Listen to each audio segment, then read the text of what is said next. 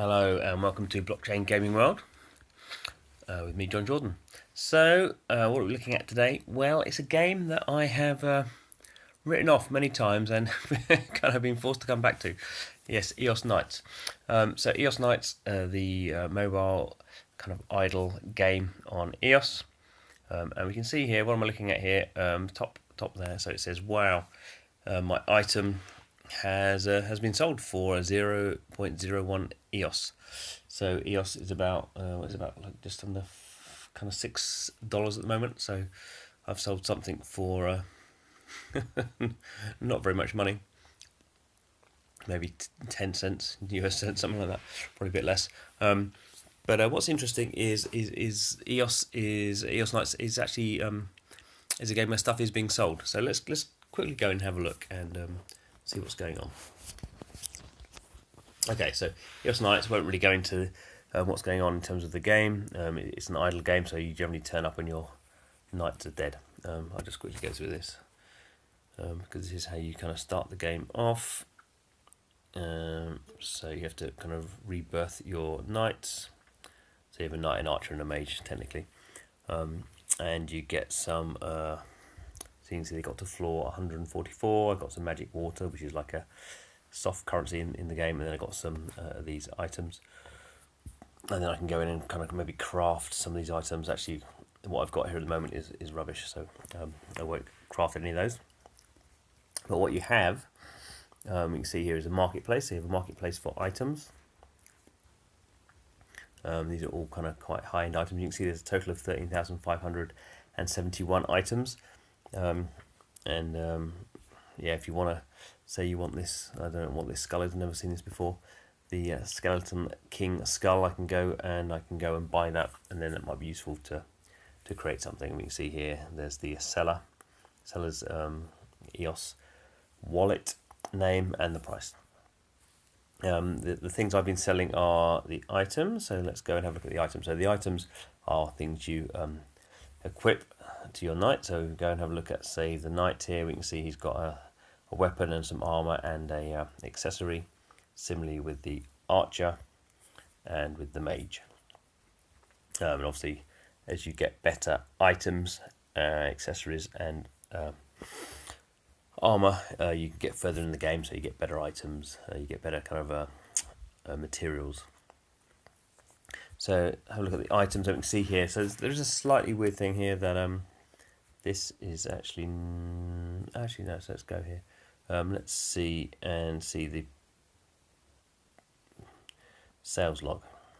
So we can see here, what did I sell for 0.01 EOS?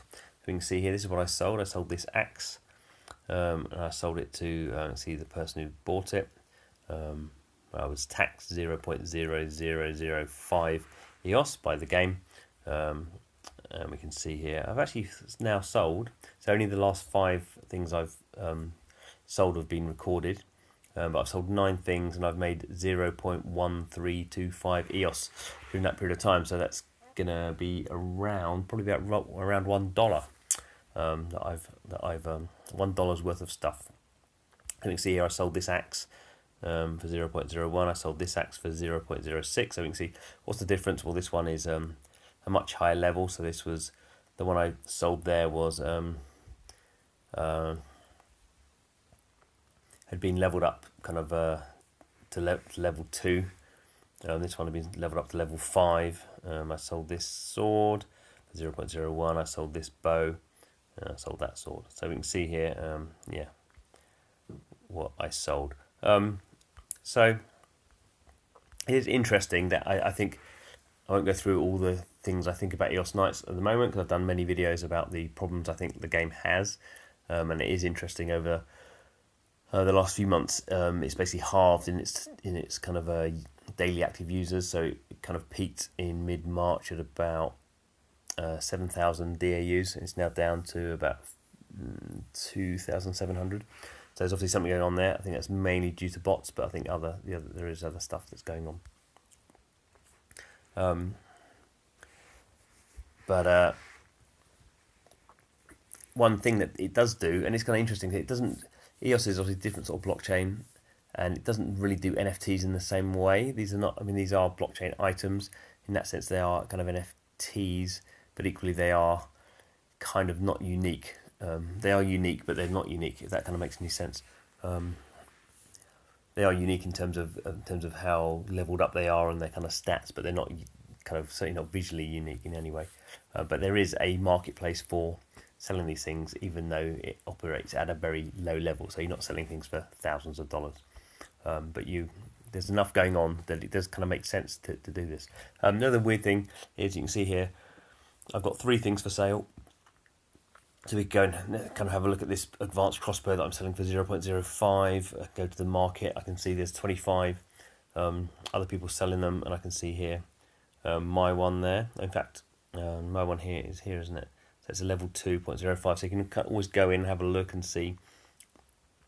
So in this case, this is a 78% bow, and it's a level 2. So the one next to it is 81%, so it's a higher level, and it's actually level 5. So yeah, I may need to go in and change my pricing on that.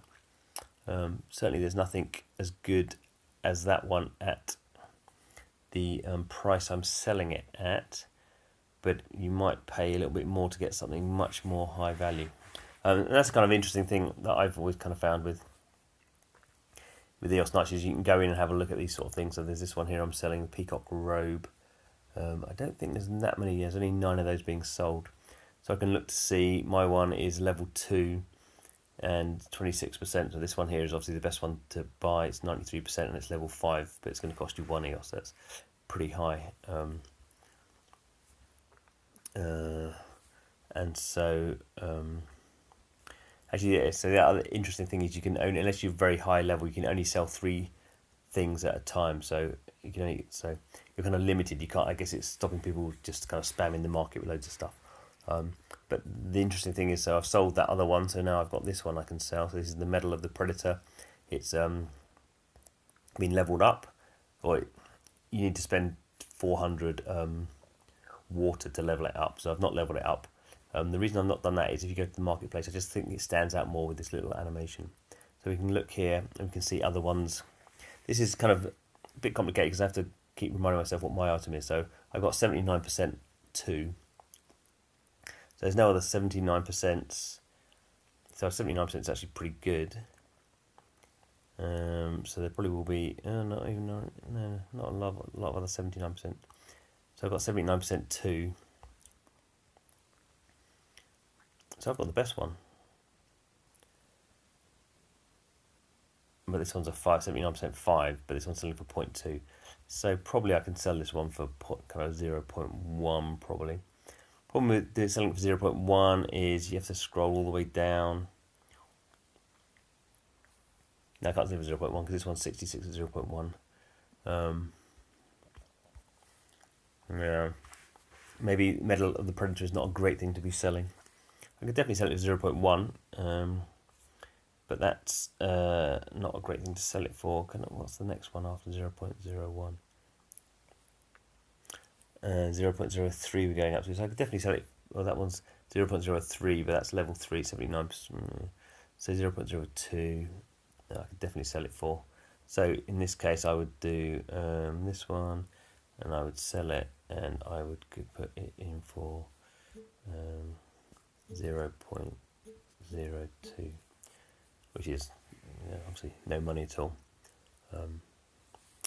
And because we have problems with bots on EOS, we're going to just go through that little bot catcher.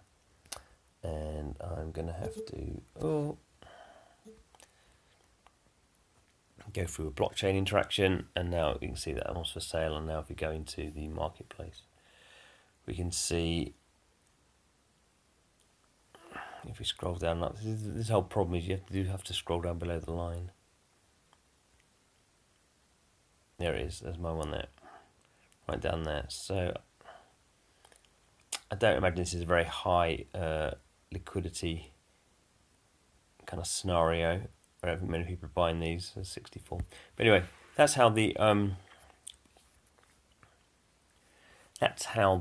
item marketplace stuff works on EOS KNIGHTS, and I have to say it is enough to kind of keep me interested.